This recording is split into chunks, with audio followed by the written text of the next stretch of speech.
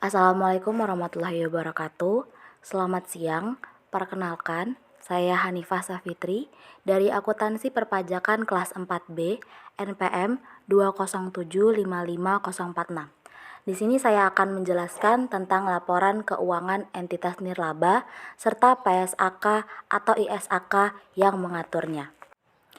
Sebelum kita memasuki apa saja laporan keuangan pada entitas nirlaba, terlebih dahulu kita harus tahu pengertian dari entitas nirlaba dan PSAK-nya, serta contoh-contohnya. Jadi, entitas nirlaba merupakan entitas yang tidak berorientasi pada laba, namun tetap memiliki kewajiban untuk mempertanggungjawabkan pemanfaatan sumber daya yang dikelolanya kepada penyandang dana dan society. Salah satu media pertanggungjawabannya adalah laporan keuangan. Pada hal ini adalah laporan keuangan entitas nirlaba. Entitas nirlaba yang sebelumnya diatur dalam PSAK 45 dan telah dicabut dan kemudian diatur dalam ISAK 35 yang berlaku efektif pada 1 Januari 2020. Untuk contoh organisasi atau entitas nirlaba meliputi tempat peribadatan, sekolah negeri, derma publik, rumah sakit dan klinik publik, organisasi politis, organisasi jasa sukarelawan, serikat buruh, asosiasi profesional, institut riset, museum, dan beberapa para petugas pemerintah. Di Indonesia sendiri, entitas nirlaba sebagai contoh itu seperti ACT, Aksi Cepat Tanggap. Setelah kita mengetahui apa itu pengertian entitas nirlaba, selanjutnya kita masuk ke jenis-jenis laporan keuangan yang ada pada entitas nirlaba. Sebelumnya, tujuan utama laporan keuangan itu sendiri adalah untuk menyediakan informasi yang relevan untuk memenuhi kepentingan para penyumbang, anggota entitas nirlaba, kreditor, dan pihak lain yang menyediakan sumber daya bagi entitas nirlaba. Para pihak pengguna laporan keuangan untuk entitas nirlaba memiliki kepentingan bersama dalam rangka menilai yang pertama, jasa yang diberikan oleh entitas nirlaba dan kemampuannya untuk terus memberikan jasa tersebut, dan yang kedua, cara manajer melaksanakan tanggung jawabnya dan aspek lain dari kinerja mereka. Jadi para pengguna laporan keuangan itu sendiri seperti contohnya donatur, penyumbang, itu melihat laporan keuangan untuk melihat apakah entitas ini bertanggung jawab atas dana yang sudah diberikan kepada entitas tersebut. Selanjutnya jenis-jenis laporan keuangan pada entitas nirlaba. Nah, kalau kita melihat dari pencabutan PSAK 45 dan diganti dengan PSAK 35, itu ada satu laporan yang ditambah pada ISAK 35. Kalau pada berdasarkan PSAK 45 itu ada laporan posisi keuangan, laporan aktivitas, laporan arus kas, dan catatan atas laporan keuangan atau CALK. Sedangkan berdasarkan ISAK 35 itu terdapat 5 laporan pada entitas nirlaba, yaitu laporan posisi keuangan, laporan penghasilan komprehensif, laporan perubahan aset neto, laporan arus kas, dan catatan atas laporan keuangan atau CALK. Dan perbedaan antara PSAK 45 dengan ISAK 35 untuk laporan keuangan entitas nirlaba terletak pada laporan aktivitas dengan laporan penghasilan komprehensif dan laporan perubahan aset neto. Baiklah, kita masuk ke laporan posisi keuangan. Untuk laporan keuangan yang pertama pada entitas nirlaba. Tujuan laporan posisi keuangan adalah untuk menyediakan informasi mengenai aset, liabilitas, serta aset neto dan informasi mengenai hubungan di antara unsur-unsur tersebut pada waktu tertentu. Informasi dalam laporan posisi keuangan yang digunakan bersama pengungkapan dan informasi dalam laporan keuangan lainnya dapat membantu para penyumbang, anggota entitas nirlaba, kreditor, dan pihak-pihak lain untuk menilai dua hal. Yang pertama, kemampuan entitas nirlaba untuk memberikan jasa secara berkelanjutan, dan yang kedua, likuiditas, fleksibilitas keuangan, kemampuan untuk memenuhi kewajibannya, dan kebutuhan pendanaan eksternal. Laporan posisi keuangan mencakup entitas nirlaba secara keseluruhan dan menyajikan total aset liabilitas dan aset neto. Penggunaan laporan keuangan entitas berorientasi non-laba umumnya memiliki kepentingan untuk menilai beberapa hal, yaitu yang pertama, cara manajemen melaksanakan tanggung jawab atas penggunaan sumber daya yang dipercayakan kepada mereka, serta informasi mengenai posisi keuangan, kinerja keuangan, dan arus kas entitas yang bermanfaat dalam pembuatan keputusan ekonomi. Kemampuan entitas berorientasi non-laba atau nirlaba dalam menggunakan sumber daya tersebut dikomunikasikan melalui laporan keuangan. Jadi laporan keuangan ini sangat diperlukan untuk mengecek beberapa aspek, baik dibutuhkan untuk internal maupun eksternal dari entitas nirlaba tersebut. Nah, ini adalah contoh laporan posisi keuangan entitas nirlaba, dan yang ini merupakan laporan posisi keuangan berdasarkan PSAK 45 atau PSAK yang lama ya. Untuk laporan posisi keuangan selanjutnya, untuk contoh ini berdasarkan ISAK 35. Ada dua format yang berbeda pada laporan posisi keuangan berdasarkan ISAK 35. Untuk format yang pertama, yaitu format A menyajikan informasi pos penghasilan komprehensif lain secara tersendiri. Sedangkan untuk format B tidak menyajikan informasi pos penghasilan komprehensif lain secara tersendiri. Setelah kita mengetahui jenis-jenis laporan posisi keuangan dari berdasarkan dua PSAK atau ISAK yang mengaturnya tadi, ada beberapa pertanyaan yang sering muncul dalam laporan posisi keuangan untuk entitas nirlaba, yaitu yang pertama, mengapa sih pada laporan posisi keuangan entitas nirlaba tidak ada akun modal gitu, adanya hanya akun aset neto. Nah, karena sesuai dengan pengertian entitas nirlaba itu sendiri, bahwa entitas merupakan entitas yang dalamnya itu aktivitasnya tidak mengharapkan laba atau kembali modal. Jadi entitas yang dibuka ini hanya sebagai entitas untuk kemasyarakatan dan tidak mengharapkan laba ataupun kembali modal dalam aktivitas kegiatan entitas tersebut. Dan pendapatan yang diterima oleh entitas tersebut pun berasal dari sumbangan atau donasi dari para donatur. Pertanyaan kedua yaitu, apakah perbedaan antara laporan posisi keuangan berdasarkan PSAK 45 dan berdasarkan ISAK 35? Perbedaan yang signifikan pada laporan ini berdasarkan PSAK 45 atau berdasarkan ISAK 35, yaitu terdapat dua forms atau dua format pada laporan posisi keuangan berdasarkan ISAK 35.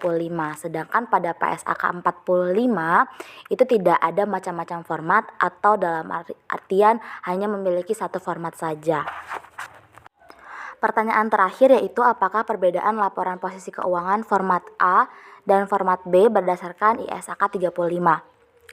Jadi, kalau kita teliti terlebih dahulu untuk membaca laporan posisi keuangan berdasarkan ISAK 35, ada dua format. Yang membedakan itu pada bagian aset neto. Kalau format A itu pada bagian tanpa pembatasan, itu dia dibagi, sedangkan format B itu tidak ada pembagian. Selanjutnya kita masuk ke dalam laporan aktivitas atau laporan penghasilan komprehensif. Kok berbeda ya namanya? Jadi terdapat perbedaan nama antara PSAK 45 dengan ISAK 35. ISAK 35 menggunakan istilah laporan penghasilan komprehensif sebagai pengganti istilah laporan aktivitas dalam versi PSAK 45. Laporan penghasilan komprehensif menggambarkan kenaikan dan penurunan manfaat ekonomi entitas non-laba atau nirlaba yang berasal dari penerimaan atau pendapatan dan pengeluaran atau beban. Untuk laporan penghasilan komprehensif dibagi ke dalam dua bagian sesuai dengan klasifikasi aset neto, yaitu tanpa pembatasan dari pemberi sumber daya dan yang kedua dengan pembatasan dari pemberi sumber daya. Berdasarkan PSAK 45, laporan aktivitas dibagi ke dalam 3 bentuk, yaitu bentuk A, bentuk B, dan bentuk C. Sedangkan berdasarkan ISAK 35, laporan penghasilan komprehensif dibagi ke dalam 2 format, yaitu format A dan format B. Untuk mengetahui contohnya atau formatnya, kita akan masuk ke slide berikutnya. Nah, ini adalah contoh laporan aktivitas entitas nirlaba berdasarkan PSAK 45. Ini untuk bentuk A. Jadi bentuk A itu menyajikan informasi dalam kolom tunggal. Bentuk A ini memudahkan penyusunan laporan aktivitas komparatif. Selanjutnya ini contoh laporan aktivitas entitas nirlaba berdasarkan PSAK 45 untuk bentuk B.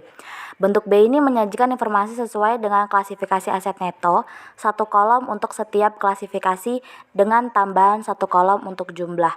Jadi ada aset neto sesuai dengan masing-masing klasifikasi aset neto yang sebelumnya sudah saya sampaikan. Kemudian bentuk B ini memungkinkan penyajian informasi agregat mengenai sumbangan dan penghasilan dari investasi.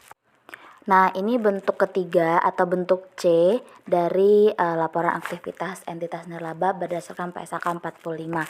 Bentuk C menyajikan informasi dalam 2 laporan dengan jumlah ringkasan dari laporan pendapatan, beban, dan perubahan terhadap aset neto. Tidak terkait disajikan dalam laporan perubahan aset neto. Pendekatan bentuk C ini menitikberatkan perhatian pada perubahan aset neto yang tidak terikat. Bentuk ini sesuai untuk entitas nirlaba yang memandang aktivitas operasi sebagai aktivitas yang terpisah dari penerimaan pendapatan, terikat dari sumbangan dan investasi. Setelah kita tahu untuk laporan aktivitas, untuk formatnya, sekarang kita lihat contoh laporan penghasilan komprehensif entitas nirlaba berdasarkan ISAK 35 yang memiliki 2 format. Yang ini adalah format A.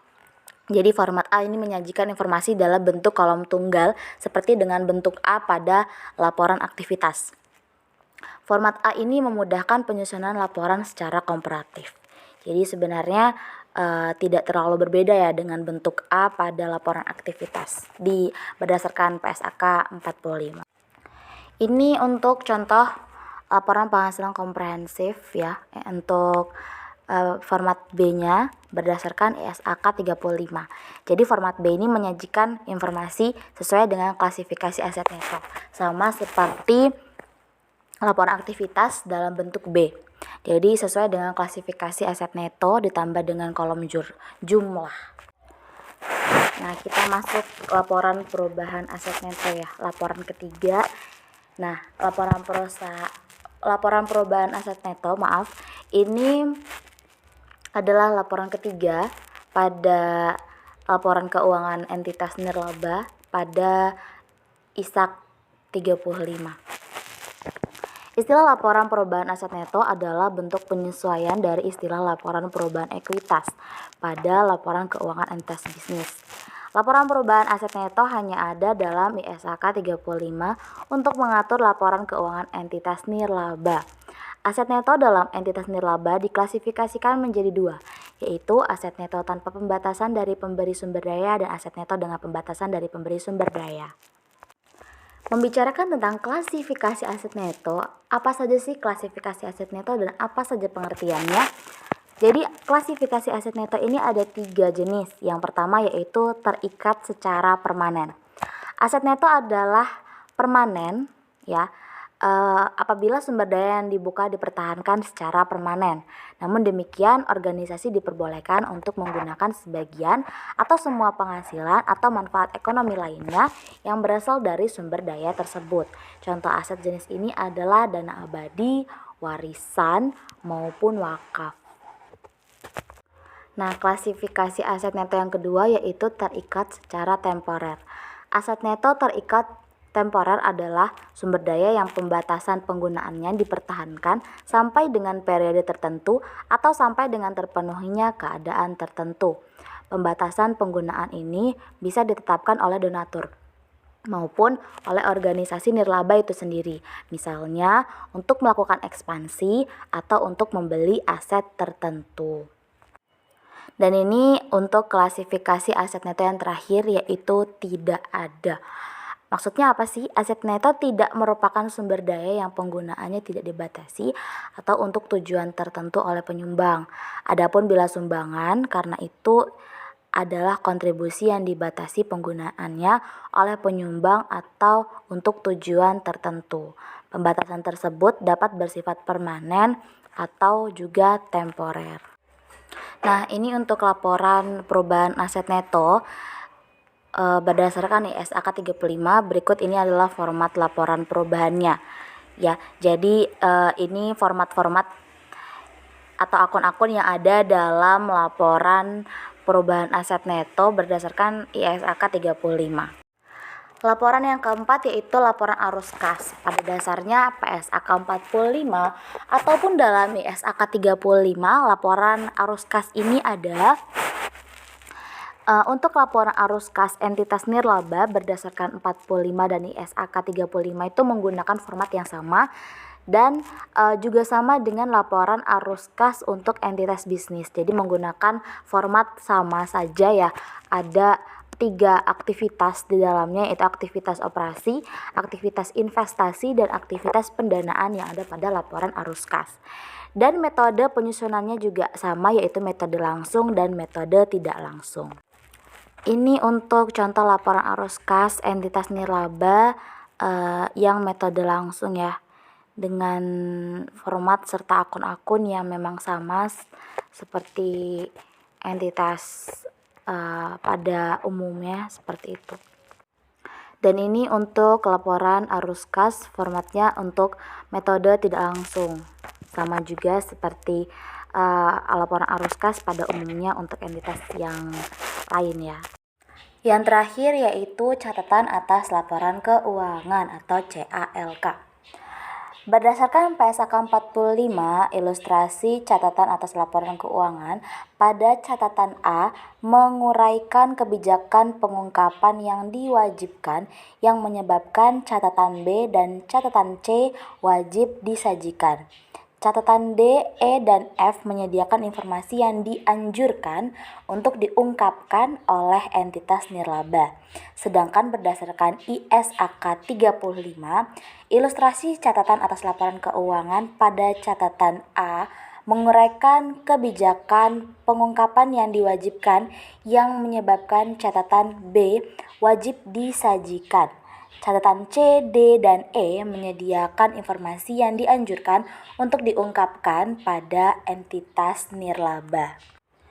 Berikut ini adalah contoh CALK atau catatan-catatan untuk entitas nirlaba. Berdasarkan PSAK 45 ada 6 catatan dengan 3 catatan wajib dan 3 catatan yang dianjurkan.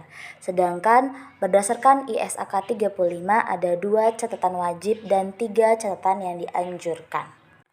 Nah, ini adalah beberapa sumber informasi yang saya dapatkan untuk menyampaikan informasi tentang laporan keuangan entitas nirlaba pada siang hari ini. Oke.